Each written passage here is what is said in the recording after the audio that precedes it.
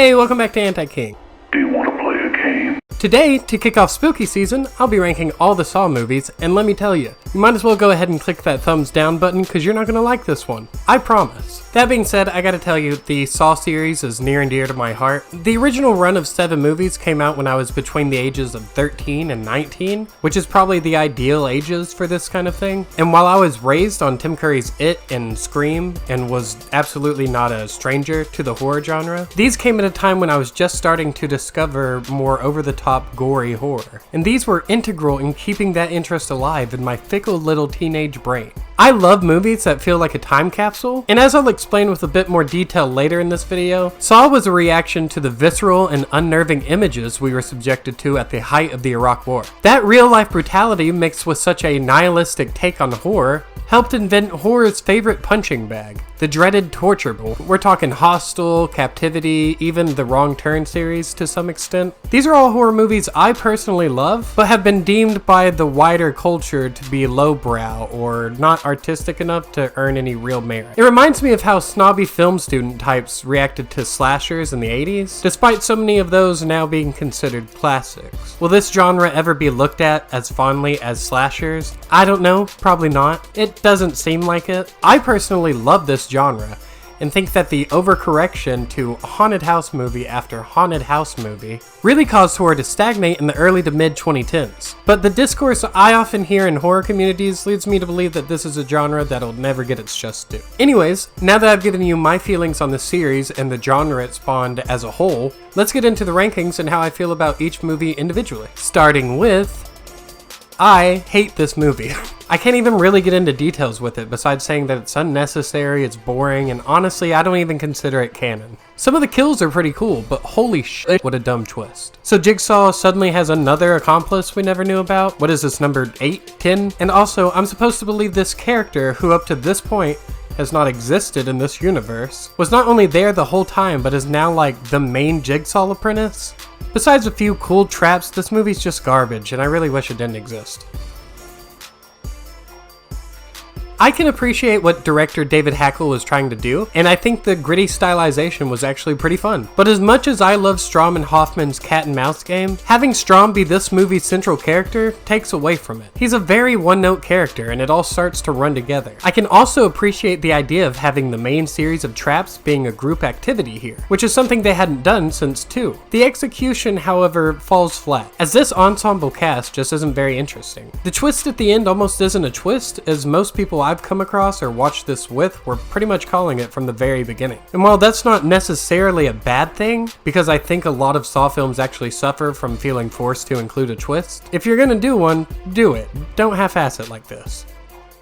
This is where I actually start to like these movies. I don't hate 5, but see it as a pretty mediocre movie. Saw 3D, however, I actively like. There's plenty to complain about here, such as the insane Dr. Gordon twist fans pretty much predicted since the end of the first film. I will say, however, at least this apprentice makes sense. Much like Amanda, the trap Gordon faced indoctrinated him through trauma into Jigsaw's ideology. His background as a doctor explains how several of the more intricate traps were set in motion, such as the key behind the eye trap that opens too. Although I have seen fans say, well, if Dr. Gordon was an apprentice, why didn't he just operate on Jigsaw in 3? And that's a pretty easy answer, honestly. He's not a neurosurgeon, and Lynn is. You can't hire a dermatologist to do your root canal. These people have specialties. I like the motivation behind the main character being fraudulent, and the statement that makes about the pursuit of wealth and notoriety at the expense of actual survivors. Also, Hoffman is my favorite Jigsaw apprentice, so his violent spree is super enjoyable to me. I also love Betsy Russell, and even though she isn't great in this one, it was nice having her around. That being said, this is the cheapest feeling Saw since the first, and not in a good way. The shots are more amateurish and off-color, and the writing feels juvenile at times. And that's saying something for this series. I love the soap opera style twists and reveals the Saw series serves up, but this is by far the worst of those. Another attempt at toying with the Saw formula that doesn't quite work in my opinion. Personally, I think it's been long enough since 3D. Instead of trying to retool the formula, just give us another Saw movie. This is probably the second most egregious use of a tacked-on twist. While the actors executing it this time were much more capable than times past, it was still just so dumb and unnecessary. They don't all need a twist, man, it's fine, do the traps and let's go. All that being said, there's a lot I liked about this movie. I hear a lot of complaints about its dialogue being too funny or feeling out of place in this movie, but I'd argue it feels out of place in a Saw movie because it's a lot closer to how people actually talk. While I love Saw's intricate, overwrought, soap operatic plot lines, the delivery of those were so inhuman at times. I actually see the dialogue as a strength here. Not only that, but the choices the characters make feel a lot more real as well. This story is probably the most like the original, with it following a detective who investigates a series of traps, but not while in the course of a big trap or lesson meant for him. Chris Rock plays it pretty well in my opinion, even if he does feel a little out of place in this universe. I also gotta say, I really hate how the marketing tried to make it seem like Rock and Samuel L. Jackson would be featured heavily in this film, only to see it and find that Jackson's role is so minimal that his parts were probably shot over the course of one afternoon. I liked Spiral more than some entries in the Saw series and wouldn't even hate seeing a sequel. But that being said, I was a little let down. I just miss my old crappy Saw movies, you know? This will be the first, but not the last time this video pisses you off. Trust me, we're officially in the part of this list where I love these movies, and Saw 2 is no exception to that. It's brilliantly paced, well acted, tense as all hell, and the ensemble cast is actually interesting and diverse. This movie contains iconic Saw imagery such as the needle pit, the razor box, and even the gun through the peephole. Jigsaw is at his cryptic best here, teasing Detective Matthews with the location of his son, and while all 9 Saw movies feature some sort of twist, this is one of only 3 of them I actually like. So why is it behind 4 other movies in this franchise, especially considering most fans consider it the best after the original? Because I think it's a little overrated. The ensemble cast is well written, but the majority of them are not very good actors in my opinion, or at least not in these roles. However, I will never forget how hyped 13-year-old me was to hear The Used on the soundtrack.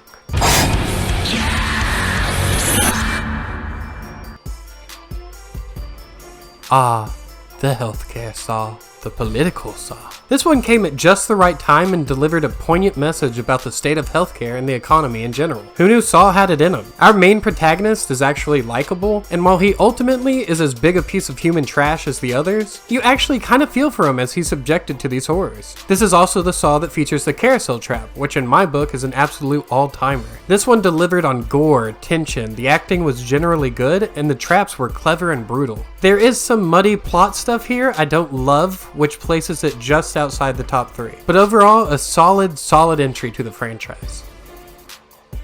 Go ahead and tag the time code, leave a comment telling me how wrong I am. Whatever you gotta do to get through this. But while Saw is a fantastic standalone film, it is not the peak of this series. Not by a long shot, honestly, I debated putting it below 6. The acting in this is terrible. Bad enough to affect its watchability, which is rare for a horror fan like me. I think a lot of this movie's aura and cultural significance comes from it being the first of its kind. The concept now almost feels dated, but there's really no overstating how impactful it was with audiences at the time. It was also the start of the post-9/11 torture era of horror that, despite its reputation, I loved. It was a response to the brutality on constant display at the height of the Iraq War, and it stuck the landing and then some. Aesthetically, at times, it feels like a cheap Seven ripoff, and while they'd refined that palette in later films, it feels incredibly derivative here. I love this movie, but to me, it was just the foundation. It's basically a detective procedural with brutal execution. The tension might be higher in this film than in any other, and let's not forget that twist. It's by far the best twist of the series. As much as I spent the first part of this shitting on its bad qualities, its good qualities greatly outweigh them in a film that's legacy is forever cemented in horror history.